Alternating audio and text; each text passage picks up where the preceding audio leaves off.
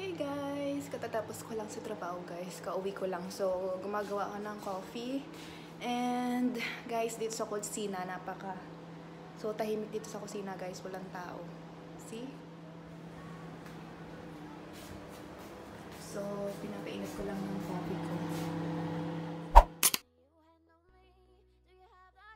So, yan guys. Dito tayo magbablog ngayong araw sa library. Kasi kailangan natin mag-vlog kasi nga pinipilit ko mag-vlog everyday para sa ganun maging active ako everyday sa YouTube ko.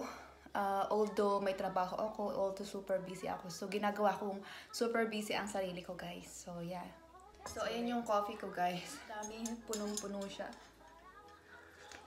Today's video guys, sasagutin ko yung mga tag questions sa akin. Bali, kukunti lang naman siya. I have here 1, 2, 3, 4, 5, 6, 7. 7 question lang naman siya, guys. Maiksi lang yung video natin today, pero at least nakagawa ako ng video today. Kasi nga, pinipilit ko siya na mag-vlog or mag-upload ng video every day. So, yan. Kahit na nagtatrabaho tayo, kahit super busy ko na, guys, kailangan ko pa rin kumayod. Kumayod ng kumayod. So, yan guys. Huwag natin patagalin. First question is, can you kiss in Turkey? Yeah guys, actually sa Turkey, okay, normal lang naman yung may nagkikiss sila doon. Especially kung sa face lang tapos sa noo, okay lang yun doon guys. Hindi naman sila masyadong mahigpit doon. And doon naman, kung sa lips naman guys, parang pipiliin mo din yung lugar kasi pag titinginan ka, especially kung ang nasa paligid mo is mga matatanda, ay talagang bubulyawan ka nila mga yan. And also guys, to respect, kunyari, kaharap mo yung mga matatanda or yung mga biyanan mo, hindi maganda guys, nasa harapan nila nagkikiss kayo ng asawa or naglalambingan kayo kasi parang unrespect yun sa kanila. Kasi dati guys, ito yung sa experience ko guys, kasi nga dati, ako sa asawa ko, parang ang lambing ko, parang hindi ko naiisip yung sila babaanin, ayun, lola ng asawa ko, tapos yung mga biyanan ko. Ang nagsabi sa akin, yung biyanan kong babae, sabi niya, pwede daw akong maging sweet, pwede daw akong mag-kiss asawa ko kung nasa kwarto lang kaming dalawa. O kaya naman daw is hindi sila kaharap. O lalo na kung si yung lola ng asawa ko. Yan, para respeto sa mga matatanda guys, so iwasan natin na mag-kiss or masyado tayong maging malambing sa ating mga asawa, jowa, or whatever, yung pagkikiss sa public. And also, kaharap yung mga biyanan mo or yung mga, lalo na kung mga lola yan, yun, yung mga matatanda na. So, iwasan natin yan guys. And then, pangalawang question is, how much is visa to Turkey? That time na nag-apply ako since year 2016 is 60 USD, $60. Pero, yung kakilala ko nag-apply nung last year, nasa $65 na siya. Pero ngayong year na to, hindi ko alam guys kung magkano exactly yung bayad sa visa. So, yan. And then, third question is, easy to get visa in Turkey. Actually guys, kung halimbawa at mayroon kayong jowa kung mayroon kayong jowang Turkish, or mayroon kayong asawa o mapapangasawa ng Turkish, hindi naman siya ganun kahirap mag-apply ng visa as long as maipe-present mo yung mga document na kailangan nila. For example, ikaw may jowa ka, so kailangan ng sponsor from sa jowa mo. Kung wala ka namang jowa, pupunta ka lang doon per tour.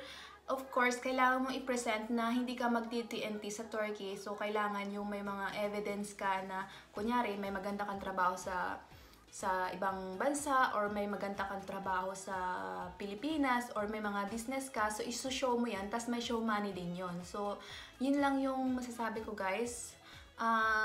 As long as may ipipresent po lahat ng mga requirements na hinihingi nila, para sa akin, madali lang mag-apply ng Turkish visa. At kung may pamilya naman kayo sa Pilipinas, so ganun pa rin yung procedure, parehas lang.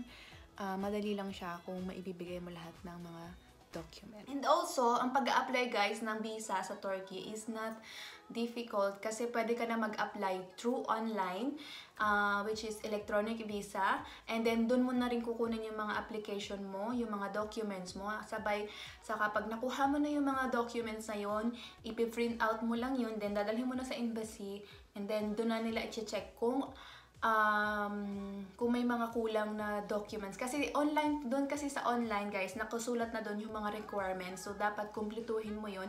So, once na ibinigay mo yan sa embassy at wala na silang hingin na supporting documents, ma-approve ka naman siguro. So, yan.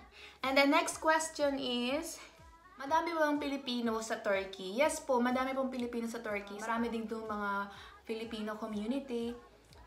At kumbaga kung pupunta ka doon, hindi ka po ma-homesick doon kasi sobrang daming Pilipino. Hindi ko alam kung how much yung exactly na total, pero dati kasi sa pagkakaalam ko, nasa 5,000, pero sa ngayon hindi ko po alam kung ilan yung total amount ng mga Pilipino sa Turkey. So yan.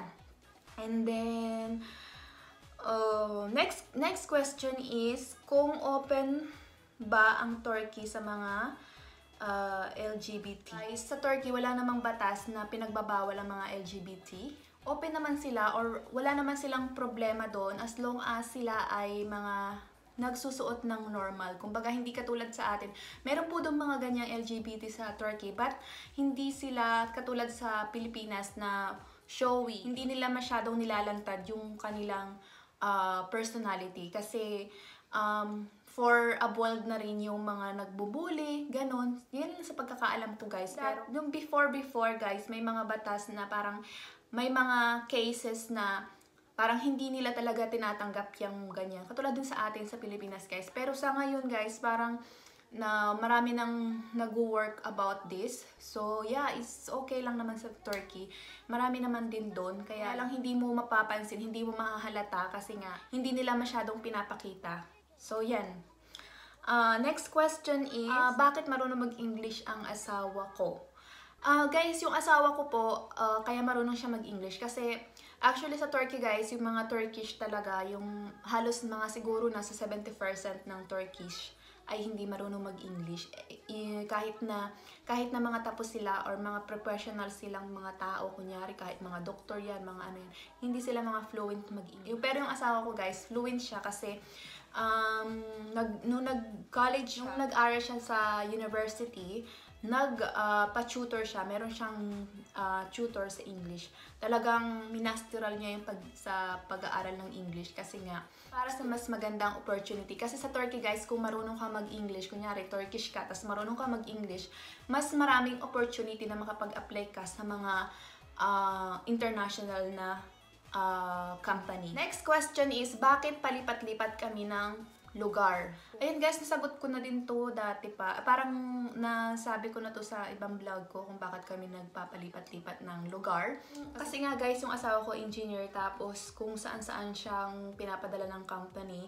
Pero this time guys, nag-resign siya dun sa dati niyang trabaho, tapos ngayon nag-apply siya dito sa Japan. So kung halimbawa natapos na yung kontrata niya dito, so wala na siyang trabaho, hindi nahanap na naman siya ng panibagong bansa na pwede naming puntahan. So yun po yung kasagutan sa tanong niyo. So yan lang guys for today's video, and sana nasagot ko yung mga katanungan niyo, and thank you so much for watching.